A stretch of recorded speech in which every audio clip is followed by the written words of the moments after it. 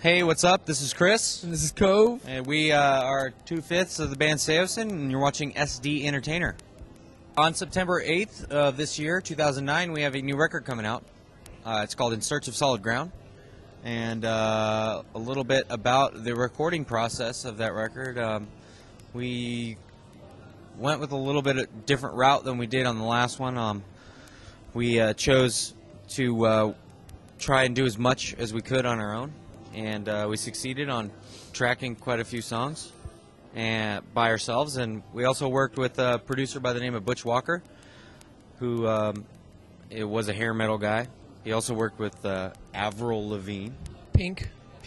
And whereas A little band called All Time Low. a lot of bands and a lot of fans, I should say, would get a little freaked out by their favorite rock band going with a pop producer. I think it was important for us to kind of have a dynamic that was not that something that we could already come up with on our own. So I think we succeeded in coming up with 13 tracks that are unique to themselves, but also a very cohesive record.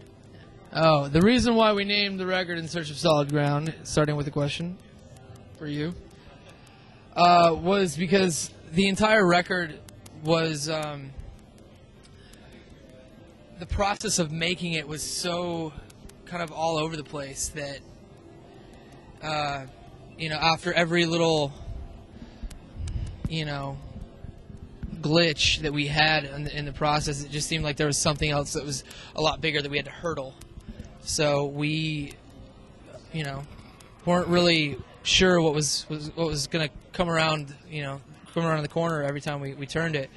And, In Search of Solid Ground, it just seemed to fit with the whole process of making this record and how insane it's been and insane it was to make. So it just seems fitting. No, this is not our first Warped Tour. This is not our first Warped Tour. This is our fourth Warped Tour. This is our first time doing the whole thing, whole Warped Tour, and we didn't even do the whole thing. I consider it. Yeah, it's pretty much the whole thing. We skipped 3 shows. Yeah. As far as this Warped Tour is concerned, I kind of liked being able to claim that we have done the whole Warped Tour and really experience what everybody else is talking about. I think the longest we ever did it before was a month, and we were fortunate enough to be in an RV that kept breaking down, as well as the generator and air conditioning did not work. Our guitar player flew out his nymphomaniac girlfriend and then said that she missed her flight 5 days in a row. So that was really fun when the RV was shaking back and forth. Every morning waking up, hot bagging it, nowhere to put cold drinks.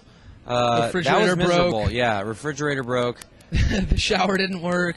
Hey, that sounds like the bus we did the year later. Oh, 2006. Yeah, we did 2004, 2005, 2006, and then here we are, 2009, doing the whole thing in the lap of luxury. Might I add, condo bunks, shower, and a shower. Warped Tour hasn't changed a bit. The bands that are playing Warped Tour have definitely changed. Yeah, I think it changed every year too, and I think we're in a new clique, along with other bands that have done the Warped Tour a couple times: Thrice, Anti-Flag, Census Fail, Alexis on Fire, Under Oath. We started this new clique, and it's called the New Old Guys. And basically what it revolves around is just, I think every Warped Tour has the transitionary, the guys that hate the bands that are just getting on the tour for the first time. It's like, what is this music? Why do the kids like this music? This is crap music. And I'm sure we were at the, at the bottom of that come 2005 when we were playing the main stage. I'm sure, bands No Use for a Name was probably like, who are these guys? They have an EP out, and why are they playing the main stage? We didn't have a record out. We were playing the main stage. It was ridiculous. So we're the new old guys. We're the new old guys. I don't think that Warped Tour really sold out. I just think that a lot of the bands that were playing when we were going, in 2000 between 2000 and 2004, those bands are, have moved on, have kind of I wouldn't say outgrown Warped Tour, but it's just moved on to different facets of the world. It's like a changing of the time. Yeah, it's just exactly. I I think, remember in 2003 it was even changing. Like a lot of metal bands were starting to get on it. It was just like weird to see Poison the Well on main stage right after Anti-Flag. It was just like. And I think this is the 15th year of Warped Tour, so it's like I don't necessarily think that anybody's sold out, but I think that they've kind of got everything, all the pieces into the right place, and it's just the tour is run a certain way now. It's not like every year they're experimenting with new different things. And Warped Tour is all about the evolution of music, and it's based on the bands of the time, the bands of the season, if you will. It's called the Warped Tour. Yeah, and if some of those bands are absolute crap, I mean, who cares? That's the nature of the beast. Transitioning from self-production to Class A go-to hit producers, and now back to self-production, has kind of been a weird transition. We never intended to self-produce things that we weren't capable of producing, and I think that's why we, the bands hire producers for a reason, and that's to get something out of them that they would never anticipate to get out of themselves. It just so happened that in this circumstance on our new record, that some tracks called for a Class A producer, Butch Walker, John Feldman, and some tracks didn't. And thankfully for us, we didn't come out with a record that sounds like 3 records mashed into one. I think everything kind of sounds, there's a similar tone throughout the whole record. And our guitar player, Bo, mixed the whole record, which is, it's really cool for us because when you join a band and you're on a major label, it's hard to convince your label that you're capable of anything besides playing music. I remember seeing the Ataris, Yellow Card, and Don't Look Down, I believe it was. I feel like that's wrong, though.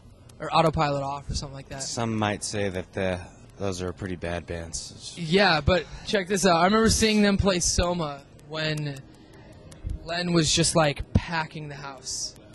We're talking like 3,200 people inside main stage at Soma, going crazy. That show now, what would it do? It's like it's not as like free spirited, it seems like, but it's slowly building back up. Like this, I was telling somebody earlier that like this day blows the past 4 days out of the water. Like here in San Diego at Warped Tour, it just blows the past couple days out of the water as far as attendance. Like you don't know, and these kids here are crazy. Like it seems like they've been waiting for this all year long. Just like we used to, or at least I used to. Warped Tour was it. Like you got to go. So I think people just will either accept you or turn away. I think if you write good music that's relatable as an up-and-coming band, that's relatable to many people, like many people will start to follow you and get it. I think that's one of the reasons we've been blessed. I think we've somehow forged a sound that is relatable to a lot of different styles of kids. You have kids in basketball jerseys and covered from head to toe in tattoos, standing next to some kid that looks like he just bought his whole outfit from Abercrombie and Fitch. Like that's just how our fans roll. Like we have a very tight knit but very eclectic group of kids coming together, and I think that's kind of what you got to do, or you just got to find your scene and just play to those kids and don't stop. We're looking forward to getting home for a day. We're going to be shooting a music video, and I'm sure that we'll be back here in San Diego as soon as possible doing Pack Tour 09. Yeah, playing Pack Tour 09 shows. I don't know where we're going to be here in San Diego, but we'll be down here on the Pack Tour playing with Interparty System, POS, Alaska, and a couple other bands. And you. And Battle of the hopefully, Bands. some people watching this